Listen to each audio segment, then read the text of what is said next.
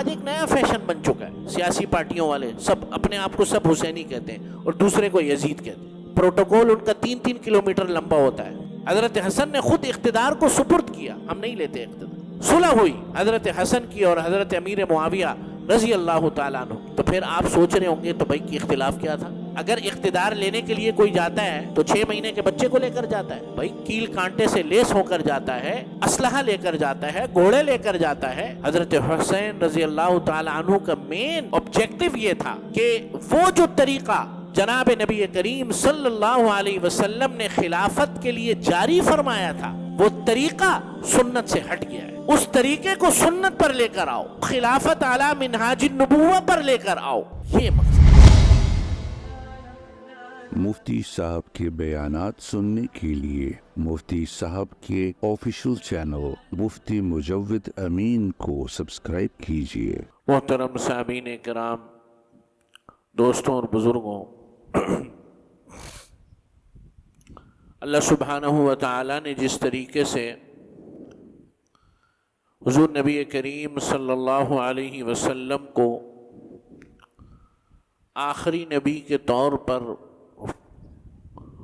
منتخب فرمایا، جیسے ہم کہتے ہیں حضرت محمد مصطفیٰ، مصطفیٰ انتخاب کیا ہوا، چنا ہوا، تو جیسے آپ علیہ الصلاۃ والسلام کی ذات اقدس کو اللہ تعالی نے چنا آخری نبی کے طور پر، اور قرآن مجید آخری کتاب کے طور پر، بالکل اسی طریقے سے نبی کریم صلی اللہ علیہ وسلم کے ساتھیوں کو اور آپ صلی اللہ علیہ وسلم کے جو اولین سامعین تھے، لسنرز تھے، ان کو بھی اللہ تعالی نے خود منتخب فرمایا۔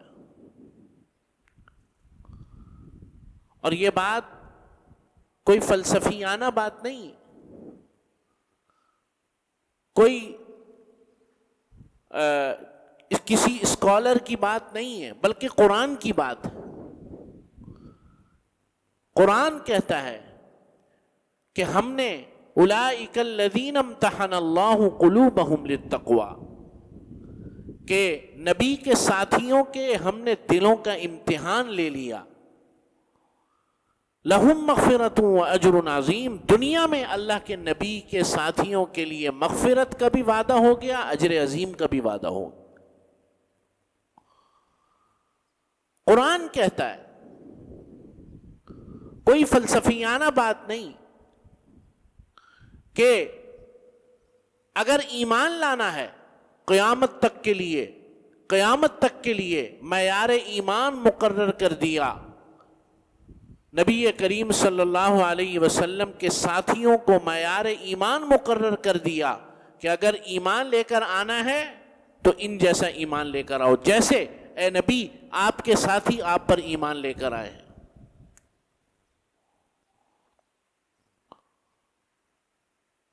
تو جیسے میں نے عرض کیا، اللہ کے نبی بھی منتخب کیے ہوئے، آپ صلی اللہ علیہ، اور اللہ کے نبی کے ساتھی بھی منتخب کیے ہوئے۔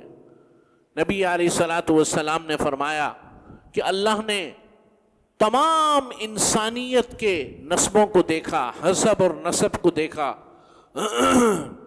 ان اللہ اصطفانی کنانۃ من، ان اللہ اصطفانی من کنانہ، اللہ تعالیٰ نے من ولد اسماعیل، اللہ تعالیٰ نے اسماعیل علیہ الصلاۃ والسلام کی اولاد میں سے قبیلہ کنانہ کو منتخب کیا۔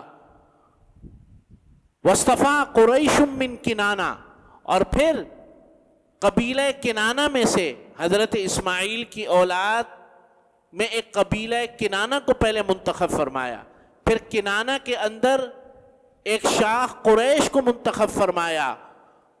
واصطفیٰ بنی ہاشم من قریش، اور پھر بنی ہاشم کو اللہ تعالیٰ نے قریش میں سے منتخب فرمایا، اور پھر حضرت جناب عبداللہ کو، نبی کریم صلی اللہ علیہ وسلم کے والد مبارک کو، والد گرامی کو پھر بنو ہاشم میں سے منتخب فرمایا اللہ تعالیٰ. پھر آپ صلی اللہ علیہ وسلم نے فرمایا کہ اس روئے زمین پر، اس کائنات میں اللہ تعالیٰ نے مجھے سب سے بہترین حسب اور نسب میں پیدا فرمایا. تو جس طریقے سے اللہ کے نبی کا حسب اور نسب خود اس کائنات کا سب سے بہترین حسب اور نسب ہے، تو ظاہری سی بات ہے اللہ کے نبی کی اولاد بھی اس کائنات میں حسب اور نسب کے اعتبار سے سب سے بہترین ہوئی. تو میں یہ عرض کر رہا تھا اللہ کے نبی بھی منتخب، اصطفیٰ، مصطفیٰ صلی اللہ علیہ وسلم. آپ صلی اللہ علیہ وسلم کی نسل بھی منتخب، آپ صلی اللہ علیہ وسلم کے صحابہ اور آپ صلی اللہ علیہ وسلم کے سننے والے بھی منتخب. سب کا انتخاب کون کر رہا ہے؟ اللہ سبحانہ و تعالی. اور پھر آپ علیہ الصلاۃ والسلام کے اہل بیت بھی منتخب. یہاں ایک دو چیزیں میں عرض کر دوں ذرا. جب ہم اہل بیت اطہار کا نام لیتے ہیں تو موجودہ آج کل کے کچھ زمانوں میں اور کچھ عرصے سے لوگوں کے ذہنوں میں دو چار نام ہی آتے ہیں. اہل بیت کے اندر نبی کریم صلی اللہ علیہ وسلم کی ازواج مطہرات بھی داخل ہیں. یہ بات ذرا سمجھ لیں بات کو آگے بڑھانے سے پہلے. قرآن کہتا ہے قال لأہلہم کثوا انی آنست نارا لعلی آتیکم منہا بخبر او جذوۃ من النار لعلکم تصطلون. حضرت موسیٰ علیہ الصلوۃ والسلام کہتے ہیں اپنی اہلیہ کو، لفظ کیا استعمال ہو رہا ہے؟ قال لأہلہم کثوا انی آنست نارا لعلی، میں ذرا آگ ڈھونڈ کر آتا ہوں. یہ وہی والا واقعہ ہے جب حضرت موسیٰ مدین سے واپس آ رہے تھے تو راستے میں جو ہے نبوت عطا ہوئی تو آگ ڈھونڈنے کے لیے گئے، اور حضرت موسیٰ کی اہلیہ کو بچے کی پیدائش کا وقت ہوا تو سردی کا زمانہ تھا، مشہور واقعہ ہے، واقعے کی تفصیل پھر کبھی. تو حضرت موسیٰ کیا فرما رہے ہیں؟ قال لأہلہم کثوا. قرآن کہتا ہے انما یرید اللہ لیذہب عنکم الرجس اہل البیت ویطہرکم تطہیرا. اللہ تعالیٰ چاہتے ہیں، اللہ تعالیٰ کا ارادہ ہے، اللہ تعالیٰ کی منشا ہے، یرید اللہ لیذہب عنکم الرجس اہل البیت، کہ اے نبی، مفہومی ترجمہ عرض کرنا ہو کہ اے نبی آپ کے اہل بیت سے گندگی کو نکال دے. تمام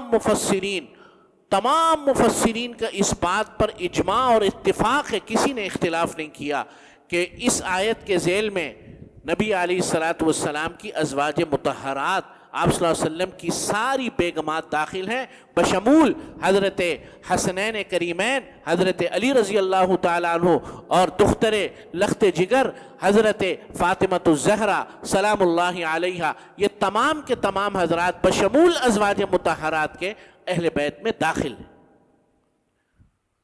جب ہم آج کے ماحول میں اہل بیت کا نام لیتے ہیں تو حضرت فاطمۃ الزہرا سلام اللہ علیہا رضی اللہ عنہن، ان کا اور ان کی اولاد کا تو ذکر آتا ہے لیکن ازواج مطہرات کا ذکر نہیں کیا جاتا. آپ کے گھر میں جب شادی کا کارڈ آتا ہے دعوت کا تو کیا لکھا ہوتا ہے؟ مفتی مجود امین بما اہل و عیال. تو اہل سے مراد کیا ہوتا ہے؟ بیوی بچے. عیال بچوں کو کہتے ہیں، اہل بیوی کو کہتے ہیں. یہ بڑی ایک سمپل سی بات ہے، بڑی ایک جسے کہتے ہیں کہ عامیانہ بات، سمجھ میں آنے والی بات. بہرحال تو میں یہ عرض کر رہا تھا کہ اللہ کے نبی کے اہل بیت بھی کیا؟ منتخب. اور یہ مہینہ حضور کے لخت جگر نواس رسول حضرت سیدنا امام حسین رضی اللہ تعالی عنہ کی شہادت کا بھی مہینہ ہے. جیسے میں نے پچھلے جمعے کو عرض کیا تھا کہ حضرت حسین رضی اللہ تعالی عنہ کی شہادت اسلامی تاریخ کا ایک بہت جانکاہ اور بہت دردناک حادثہ ہے، اور ہم ہر سال اس شہادت کی تفصیلات کو سنتے ہیں اور پڑھتے ہیں اور سنتے چلے آ رہے ہیں، لیکن اس شہادت کی اور حضرت حسین کی ذات سے جو نتائج ہمارے لیے نکلتے ہیں ان کو نہیں سیکھتے۔ فضائل سنتے ہیں اور مسلمہ فضائل ہیں۔ نبی علیہ الصلوۃ والسلام نے فرمایا سیدہ شباب اہل الجنہ، یہ میرے دونوں بیٹے، دونوں شہزادے جنت کے نوجوانوں کے سردار ہیں۔ حضور نے فرمایا ہما ریحتان فی الدنیا، یہ میرے دنیا کے دو پھول ہیں، یہ میری دنیا کے دو پھول ہیں، مطلب میری دنیا کی خوشی اور میری دنیاوی زندگی کی جو خوشی ہے اور میری دنیاوی زندگی کے مسرتوں کا سامان ہے میرے دونوں نواز۔ اور کیا عجیب فضیلت اور کیا عجیب فضائل ان کو حاصل ہوئے کہ پیدا ہوئے تو کان میں اذان محمد الرسول اللہ صلی اللہ علیہ وسلم دے رہے، اور تہنیک جو ہے محمد الرسول اللہ صلی اللہ علیہ وسلم دے رہے ہیں، اور عقیقہ جناب نبی کریم صلی اللہ علیہ وسلم کر رہے ہیں، اور نام حضرت حسن کا بھی اور حضرت حسین کا بھی، دونوں کا نام جناب نبی کریم صلی اللہ علیہ وسلم رکھ رہے ہیں۔ کیا فضیلت ہے! تو آپ علیہ الصلوۃ والسلام کا پیار جو ان ہستیوں کو حاصل ہوا اور جو جسمانی قرب حاصل ہوا وہ اور کسی کو حاصل نہیں۔ حضرت عبداللہ ابن عباس، حضرت علی معاف کیجئے گا، فرماتے تھے کہ الحسن اشبہ من رسول اللہ صلی اللہ علیہ وسلم، کہ حسن جو ہے میرا بڑا بیٹا، حضرت حسن حضرت حسین سے 1 سال بڑے تھے، تو فرمایا کہ حسن جو ہے وہ یہ ناف سے اوپر کا جتنا حصہ ہے، حضرت حسن جو ہے حضور کی کاپی تھے، اور ناف سے نیچے کا جسم کا جتنا حصہ ہے، پاؤں اور گھٹنے اور پنڈلیاں اور انگلیاں، وہ ہو بہو نبی کریم صلی اللہ علیہ وسلم کی تھیں حضرت حسین۔ اللہ نے جسمانی شباہت بھی عطا فرمائی، قد بھی بالکل وہی تھا۔ چنانچہ حضرت عبداللہ ابن عباس فرماتے تھے کہ جب دونوں بھائی کبھی کبھی ایسے سیدھے آتے ہیں نا، ایسے سامنے سے، تو یوں محسوس ہوتا ہے کہ آپ علیہ الصلوۃ والسلام دوبارہ تشریف لا رہے، کہ اوپر سے جو ہے حضرت حسن مل رہے ہیں، نیچے سے حضرت حسین رضی اللہ عنہما۔ حضرت اسامہ بن زید فرماتے ہیں کہ میں ایک دفعہ رات کے وقت نبی کریم صلی اللہ علیہ وسلم کے پاس حاضر ہوا، کسی کام سے حاضر ہوا، سردیوں کے دن تھے، حضور نے کمبل لیا ہوا تھا، تو کمبل کے اندر سے حرکت ہو رہی تھی، حرکت ایسے ایسے۔ میں بڑا حیران ہوا، پہلے تو میں نے کہا پتہ نہیں کوئی جانور تو نہیں ہے کیا، لیکن پھر میں نے کہا حضور کو بھی محسوس ہو رہا ہوگا۔ جب میں اٹھنے لگا تو میں نے پوچھ ہی لیا، میں نے کہا یا رسول اللہ یہ پتہ نہیں اندر کیا ہے آپ کے۔ حضور نے ایسے کر کے جو ہے کمبل کو کھولا تو ایک یعنی یہ جو پسلی ہے اس پر حضرت حسن لپٹے ہوئے ہیں اور دوسری پسلی پر حضرت حسین لپٹے ہوئے۔ آپ صلی اللہ علیہ وسلم اسی طرح منبر پر تشریف فرما تھے۔ یہ فضائل ہیں، بڑے عظیم فضائل ہیں۔ منبر پر اسی طرف آپ علیہ الصلوۃ والسلام تشریف فرما تھے تو حضرت حسن اور حسین دونوں جو ہے لڑکھڑاتے ہوئے جو ہے مسجد نبوی کے صحن میں آ گئے۔ اللہ کے نبی منبر سے اٹھ کر تشریف لے گئے اور دونوں کو اٹھا کے منبر پر لے آئے، اور پھر فرمایا انما اموالکم و اولادکم فتنہ، بے شک تمہارا مال اور تمہاری اولاد بڑی آزمائش ہے۔ یہ فتنہ اس معنوں میں، وہ والا فتنہ نہیں، یہ فتنہ آزمائش کے معاملے میں، کہ میری محبت اولاد سے وہ مجھے منبر پر بھی روک نہیں سکی، اس معنی میں آزمائش۔ تو یہ فضائل ہے، لیکن فضائل بھی ہم سنتے ہیں اور واقعہ کربلا کو ہر سال سنتے ہیں، لیکن کوئی اپنی زندگی میں نتیجہ لے کر آنا، اس نتیجے سے کوئی بہتری لانا اپنی زندگیوں میں، معاشرے میں، وہ ہمارے ہاں نہیں۔ حضرت امام حسین رضی اللہ تعالی عنہ کی زندگی، ساری زندگی سنت کی اتباع میں گزری۔ فرماتے ہیں راویان حدیث کہتے ہیں کہ جب نماز پڑھتے تھے تو گویا یہ کہ ہمیں وہ دور یاد آ جاتا کہ اللہ کے نبی نماز پڑھ رہے ہیں. اس قدر اللہ کے نبی کی نماز سے مشابہت تھی حضرت حسین کی.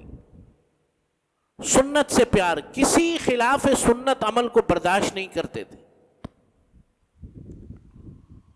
اور یہ کہ حضرت حسین رضی اللہ نماز کی پابندی، مستحبات کی پابندی، جود و سخا، بہادری، شجاعت، دلیری، دین کے معاملے میں غیرت، آج جناب والا آج ایک نیا فیشن بن چکا ہے. ہر بندہ اپنے آپ کو حسینی کہتا ہے. سیاسی پارٹیوں والے سب اپنے آپ کو سب حسینی کہتے ہیں اور دوسرے کو یزید کہتے ہیں. ہمارے ملک کے اندر جتنی بھی سیاسی جسے کہنا چاہیے نظریات رکھنے والے ہیں لوگ ہیں، وہ اپنے آپ کو جو ہے حسینی کہتے ہیں، دوسرے کو جو ہے یزیدی کہتے ہیں. پروٹوکول ان کا 3-3 کلومیٹر لمبا ہوتا ہے اور ہٹو پچو ہوتی ہے اور حسینی کہتے ہیں اپنے آپ کو. ہم تو حسین کے ماننے والے، اور باقی سارے کے سارے مخالفین یزید ہیں. سب کا یہی حال ہے. پڑھو تو صحیح، تعلیمات تو پڑھو کہ کوفہ سے خطوط آ رہے ہیں. 12,000 خطوط آ گئے کوفہ سے، 12,000 خطوط کہ آئیں، آپ آئیں، تشریف لائیں.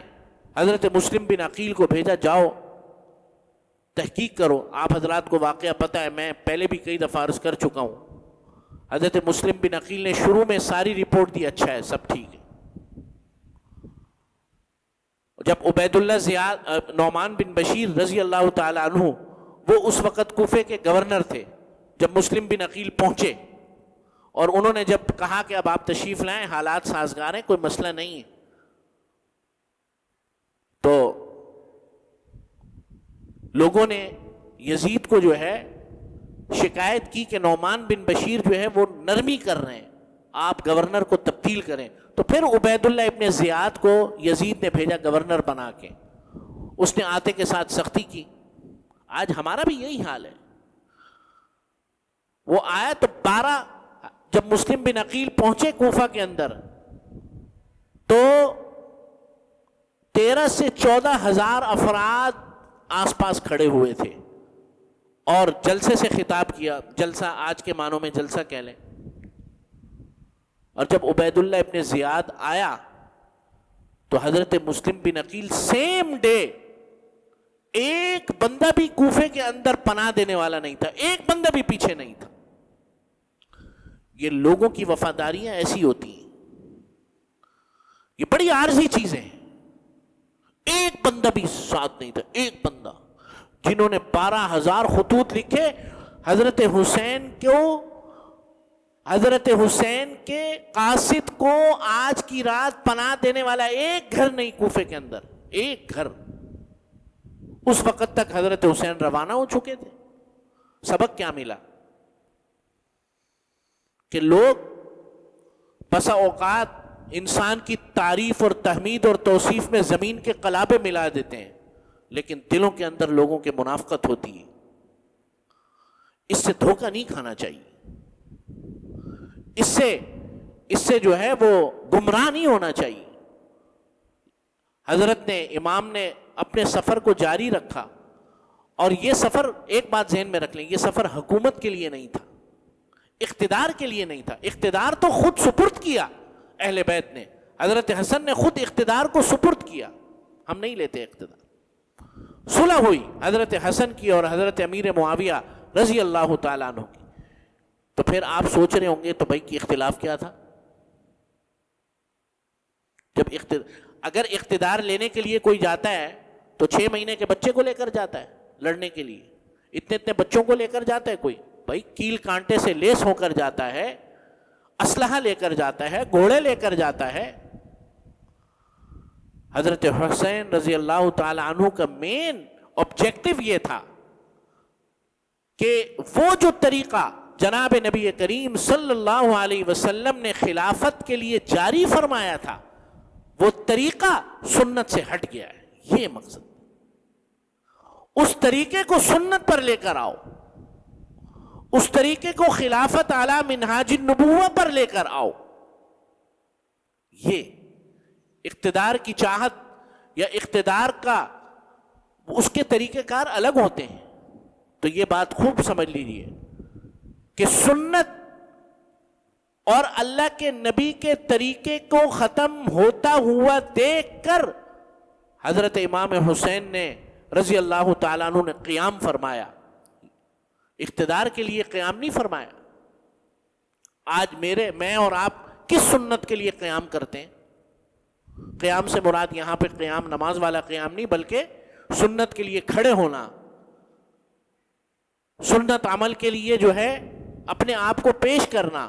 نبی کی آج سنتوں کو مٹایا جا رہا ہے، چاہے وہ اجتماعی طور پر ہو، دینی تو انفرادی طور پر ہو، دینی سنتیں ہوں یا دنیاوی سنتیں ہوں، حضور کے دینی امور سے متعلق ہوں یا دنیاوی امور سے متعلق ہوں. ہم تو اسلام کے نام پر ملک لے کر آج 80 سال کم و پیش ہونے والے ہیں، اب تک سود سے باہر نہیں نکلے. اب تک سپریم کورٹوں کے فیصلوں کے باوجود پے در پہ فیصلوں پر فیصلے، سود سے اپنی جان نہیں چھڑا پا رہے. کیسے سامنا کریں گے؟ پر یہ بولنا بہت آسان ہے، ہم حسینی ہیں، ہم حسینی ہیں، ہم حسینی، تم یزیدی ہو. یہ باتیں کرنا بڑا آسان، عمل میں لے کر آنا بڑا مشکل کام ہے. تو میرے دوستوں اور بزرگوں، آپ حضرات ہر سال واقعہ کربلا بھی سنتے ہیں، حضرت امام حسین کے فضائل بھی سنتے ہیں، اور انشاءاللہ آئندہ بھی سنتے رہیں گے. لیکن بات یہ ہے اور کرنے کا کام یہ جو ہمارا دین ہے نا، یہ عملی دین ہے. عملی دین، یہ رسم و رواج کا دین نہیں ہے، یہ دنوں کا دین نہیں ہے. دنوں کا دین، آج کل کا جو ہمارا دین ہے نا، وہ دنوں کا ہے. دین دنوں کا، فلاں دن فلاں پیر کا دن، فلاں اس کا دن، فلاں اس کا دن، فلاں اس کا دن، دن منا لیا، دن منا لیا. یہ دین عملی دین ہے. اور جناب نبی کریم صلی اللہ علیہ وسلم نے اپنے صحابہ کو عملیت پسندی سکھائی، پریکٹیکل ہونا چاہیے. اور اللہ کے نبی اور صحابہ کی ساری زندگی اسی پر رہی، ہمیشہ ہمیشہ.